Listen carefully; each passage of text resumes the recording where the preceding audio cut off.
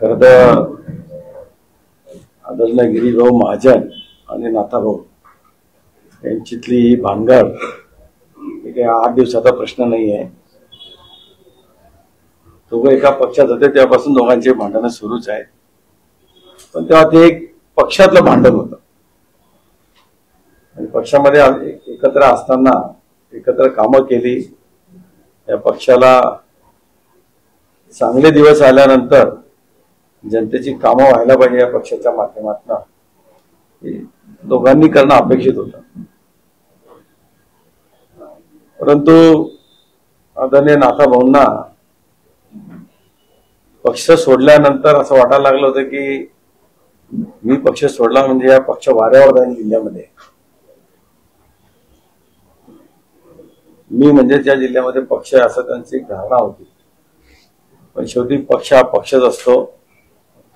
लोकांनी जनतेने दाखवून दिलं आहे की जनता ही पक्षाच्या सोबत आहे. तो कोणताही पक्ष असो, भाजप असो, शिवसेना असो, राष्ट्रवादी असो, काही असो, लोक त्या नेत्यांच्या म्हणजे पर्टिक्युलर व्यक्तीच्या मागे नसतात.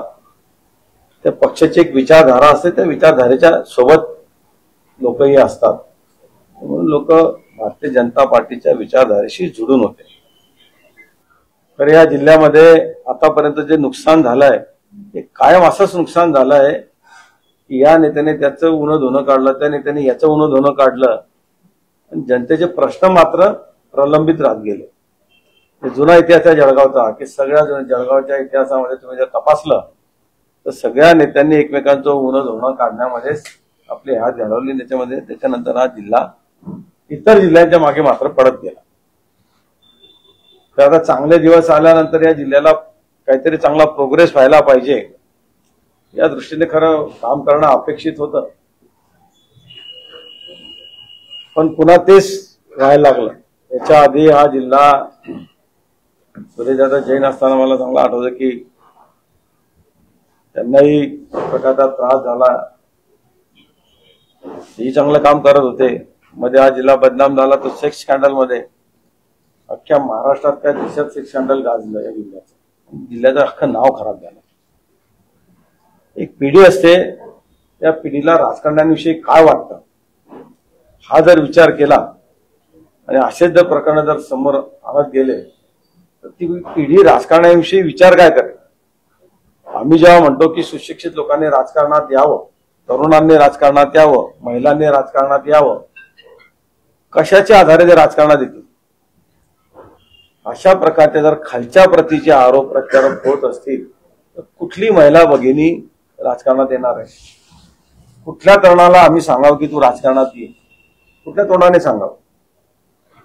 पण या सिनियर नेत्यांनी ही गोष्ट पाळली पाहिजे की राजकारणाच्या ठिकाणी ठेवलं पाहिजे.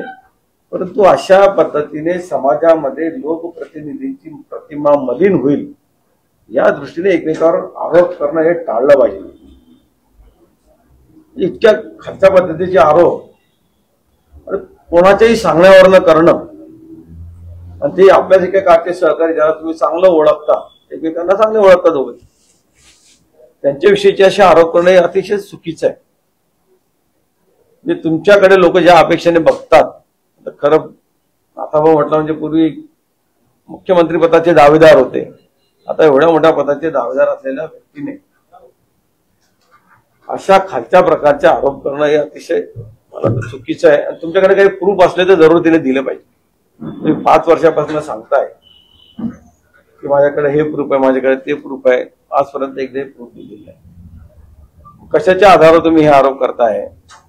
जो माणूस आज चांगलं काम करतोय त्याला त्याचे पाय खेचायचे. या जिल्ह्याचा विकास कुठेतरी परत थांबणार आहे. आता ज्याचं नाव घेऊन तुम्ही आरोप करता की त्याला पक्षात का घेतलं, मला तर मीडियामध्ये पण त्यांनी प्रश्न विचारला, त्याला प्रफुल्ल लोढाला का घेतलं. ते कोणाला पक्षात घेणं काढणं ही प्रक्रिया चालूच असते. तसं जर म्हटलं तर आदरणीय शरदचंद्र पवार साहेबांनी तुमच्यावर आरोप केले होते तोडपाणी नेता म्हणून. त्यांनी तुम्हाला त्यांच्या पक्षात घेतलंच ना.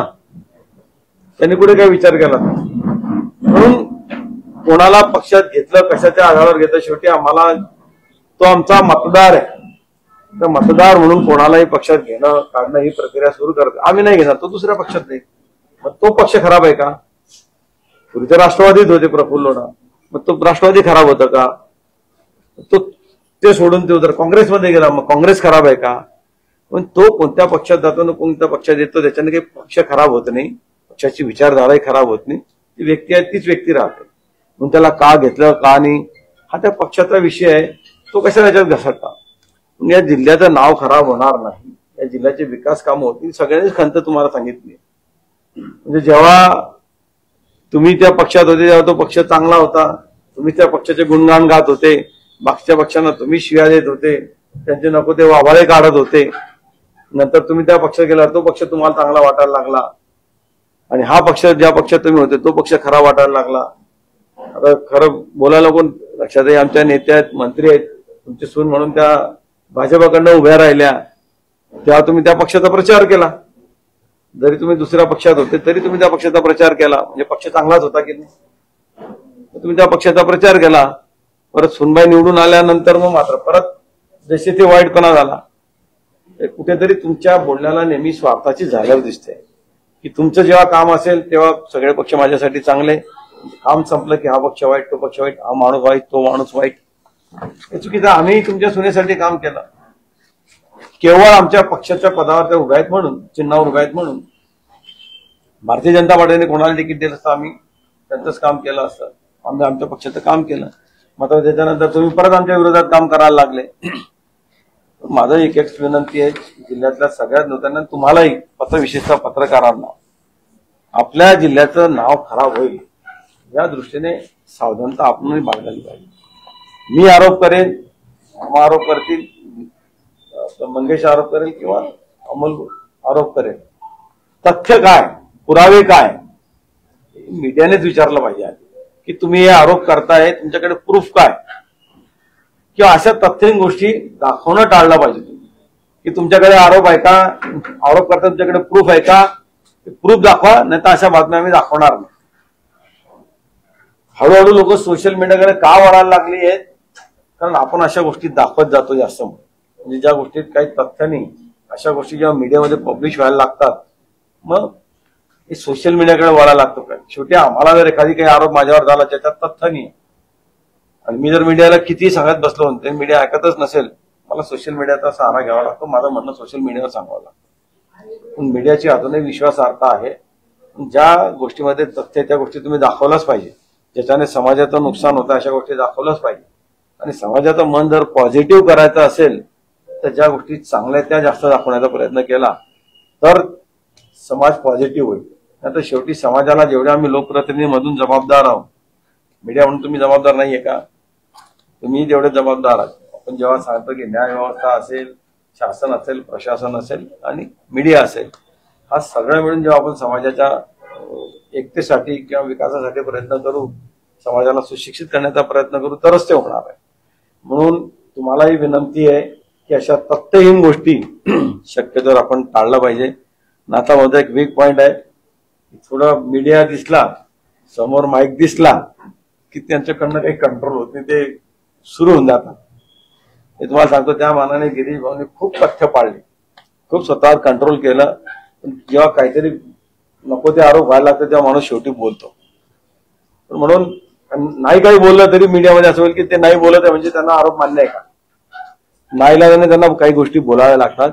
पण एकमेकांचं उणं धुणं काढण्यापेक्षा जसं सगळ्यांनीच अपेक्षा व्यक्त केली की या जिल्ह्याचा विकास जर करायचा असेल तर जिल्ह्यासाठी कुठे गिरीश भाऊ कमी पडले ते नाताभाऊंनी सांगावं की तुम्ही हे प्रोजेक्ट आणले नाही, ते प्रोजेक्ट आणले नाही, याच्यात मदत करा, त्याच्यात मदत करा.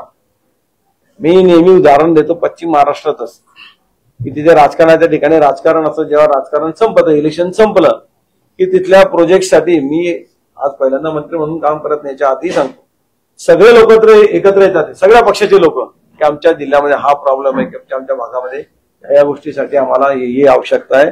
सगळ्या पक्षाचे लोक एकत्र येऊन त्यांचे विषय मांडतात. मिटिंगलाही आता मी वस्त्रोद्योग म्हणून काम करतो, ते सगळ्या पक्षाचे लोक एकत्र येतात आणि तो विषय मांडतात. तसं आपल्याकडे होत नाही. आपल्याकडे त्या पक्षाने मांडलं की तो त्याच्या विरोधामध्ये काहीतरी सांगायला येतो की हे काम होऊ नये म्हणून कसं काही आंदोलन उभारता येईल. ही आपल्या जिल्ह्याची एक शोकांतिका आहे. म्हणून सगळ्या सिनियर नेत्यांनी विचार केला पाहिजे या गोष्टीचा. आणि तरुण पिढीला जेव्हा आपण मार्ग दाखवतोय की तुम्ही राजकारणात त्या सक्रिय व्हा, महिलांना सांगतोय, तर त्यांना येताना लाज वाटू नये. त्यांना येताना सुकर वाटलं पाहिजे की राजकारण हे चांगलं आहे, मी गेलो तर राजकारण बदलेल, या दृष्टीने वातावरण तयार झालं पाहिजे. या दृष्टीने सगळ्यांनी आपलं वैचारिक गाभण असेल ते मांडलं पाहिजे असं मला वाटतं. आणि मीडियालाही विनंती आहे की आपण त्या दृष्टीने चांगल्या पॉझिटिव्ह बातम्या जास्तीत दाखवण्याचा प्रयत्न करावा. जय हिंद, जय महाराष्ट्र.